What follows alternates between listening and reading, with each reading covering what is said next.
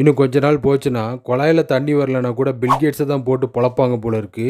ஏன் அப்படி சொல்ல வேண்டியிருக்கு அப்படின்னு பார்த்தீங்கன்னா, சமீபத்தில பெய்த ஆலங்கட்டி மழைக்கு தலைவன் தான் காரணம்னு நெறைய பேர் சொல்லிக்கிட்டு இருக்காங்க. இந்த மாதிரி சொல்றதுக்கு ஆதாரம் வேணா இல்லாம இருக்கலாம். ஆனா தலைவனுக்கு இதுல நெறைய ஆதாயம் இருக்கு. தலைவன் எதுல ஸ்பெஷலிஸ்ட்னா, முதல்ல ஆன்டி வைரஸ் தான் கொண்டு வருவாப்ல. பிறகு தான் ஆன்டி வைரஸுக்கு ஏத்தாப்ல வைரஸ கொண்டு வருவாப்ல. அதிகார வர்க்கமும் இதே மாதிரியான ஒரு டாக்டிக்ஸ் தான் ஃபாலோ பண்ணுவாங்க. மக்களுக்கு பயன் தராத திட்டத்த முதல்ல கொண்டு வருவாங்க.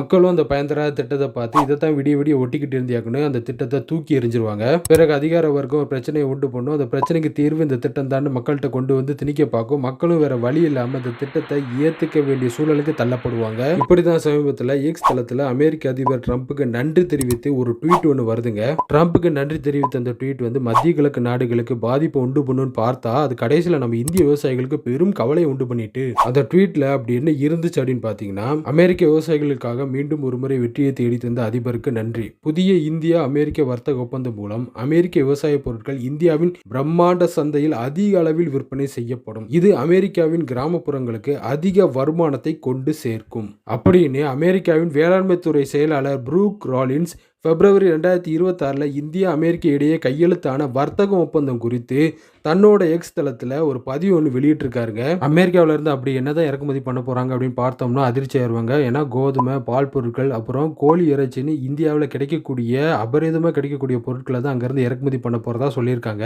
இதுல நாம இன்னொன்று கவனிக்க வேண்டிய விஷயம் ஒன்று இருக்கு. அது என்னன்னா, அமெரிக்க அரசாங்கம் தன்னோட விவசாயிகளுக்காக அதிக மானியம் வழங்குறதுனால இந்தியாவுக்குள்ள இந்த பொருட்கள் மிக குறைந்த விலையிலையும் வரும், அதிக அளவுலையும் வரும். அப்படி வரும்போது இந்திய விவசாயிகளின் பொருட்களோட தேவை குறையும், விலை கம்மியாகவும் அதிக அளவுலையும் வரதுனால இந்த சூழ்நிலையை இந்திய விவசாயிகளால் எதிர்கொள்ளவே முடியாது. ஏன்னா தமிழ்நாட்டில் கூட தீவன செலவு அப்புறம் மின்சார கட்டண உயர்வு காரணமாக கறிக்கோழி வளர்க்குறவங்க கிலோவுக்கு 6 ரூபாயிலிருந்து 20 ரூபாய்க்கு உயர்த்தி கொடுங்க அப்படின்னு போராட்டத்தில் ஈடுபட்டு வராங்க. இதனால இப்போ ஒரு கிலோ சிக்கனோட விலை 240 இருந்து 280 ரூபாய் 300 ரூபாய் வரைக்கும் விற்பனை செஞ்சுட்டு வராங்க. இப்படி இருக்கும்போது அமெரிக்காவில இருந்து அதிக மானியத்தோட உற்பத்தி ஆகக்கூடிய ஒரு கறி நம்ம நாட்டுக்குள்ள வந்துச்சுன்னா கறிக்கோழியை நம்பி இருக்கவங்களோட நிலைமையை கொஞ்சம் யோசனை பண்ணி பாருங்க. இவங்களோட நிக்காம கோதுமை, பால் பொருட்களை நம்பி இருக்கிற விவசாயிகள்னு பெய்கிட்டே இருக்குங்க. நம்ம நாட்டு ஊடகங்கள் கூட இவங்களுக்கு ஆதரவான செய்திகளை தான் நம்ம நாட்டில் இப்போ சமீபத்தில் வெளியிட்டு இருக்காங்க.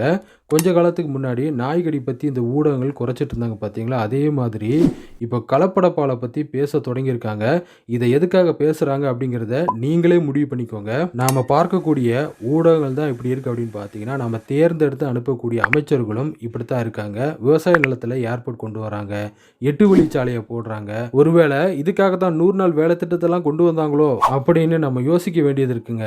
எப்பவுமே எல்லாத்தையும் சந்தேகிக்க கூடாதுங்க. ஆனால் நடக்கக்கூடிய கோயின்சிடன்ஸ் எல்லாம் அமெரிக்காவுக்கு ஆதரவாக இருக்கும்போது தான் நம்ம முன்னாடி ஒரு பெரிய கேள்வி உண்டாதுங்க. இந்தியாவை எப்படி விவசாய நாடு அப்படின்னு சொல்றோமோ அதே மாதிரி அமெரிக்காவை கிட்டத்தட்ட விபச்சாரத்துக்கு ஆதரவாக இருக்கக்கூடிய நாடுன்னு நம்மளால சொல்ல முடியுங்க. ஏன்னா அமெரிக்கா வந்து பான் இண்டஸ்ட்ரிக்கே பேர் போன ஒரு நாடு. இன்று வரை நம்ம நாட்டில் இந்த நீலப்படத்துக்கு எந்த ஒரு ஆதரவும் நம்ம அரசாங்கம் வந்து கொடுக்கறது இல்லைங்க. அப்படி இருந்தும் கம்யூனிச கொள்கை கொண்ட ஒரு நபரும் கம்யூனிச கோட்பாட்டை உயர்த்தி பிடிக்கிற மாநிலமான கேரளாவில் இருக்கிற ஒன்று அல்லது பல தம்பதியினர் அப்படின்னு கூட சொல்லலாம் சிறு குறு விவசாயி மாதிரி சிறு குறு நீலப்பட நாயகர்களும் நம்ம நாட்டில் உருவாயிட்டு வராங்க.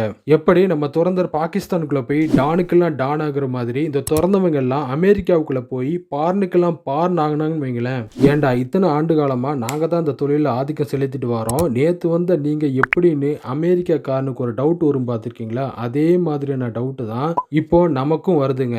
ஏன்னா விவசாய நாடான இந்தியாவுக்கு விவசாய பொருட்களை ஏற்றுமதி பண்ண போறோம்னு செய்தி வந்த உடனே இங்க ஆலங்கட்டி மழை பெய்யறதும், அதுவும் விவசாய நிலங்களே பெய்யறதும், அந்த ஆலங்கட்டி மழைக்கும் பில்கேட்ஸுக்கும் சம்பந்தம் இல்லைன்னு இந்த வதந்தி செய்தி சேனல் திரும்ப திரும்ப சொல்றதும் ஒரே கூத்தா இருந்துச்சு போங்க. வெளிநாட்டில் பெருந்தொற்று காலகட்டத்தில் அங்கே உள்ள மக்கள் எல்லாம் இந்த பில்கேட்ஸுக்கு எதிராகவும் ராட்ஷைல்டு, ராக்கர்ஃபெல்லருக்கு எதிராக போராடிக்கிட்டு இருந்தப்போ இந்த வதந்தி செய்தி சேனல்ல வெளிநாட்டு செய்தின்னு எதை தெரியுமா போடுவாங்க, ஆதிகால சோசியல் மீடியாவில் வைரலான காமெடி வீடியோக்கள் இருக்கு பார்த்தீங்களா, அதை வந்து போட்டுட்டு இருப்பாங்க.